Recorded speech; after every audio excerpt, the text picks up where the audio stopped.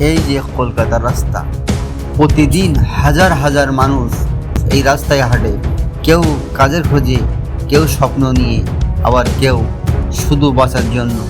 এই শহর কখনো থামে না, দিন হোক বা রাত, সব সময় কিছু না কিছুই চলছেই।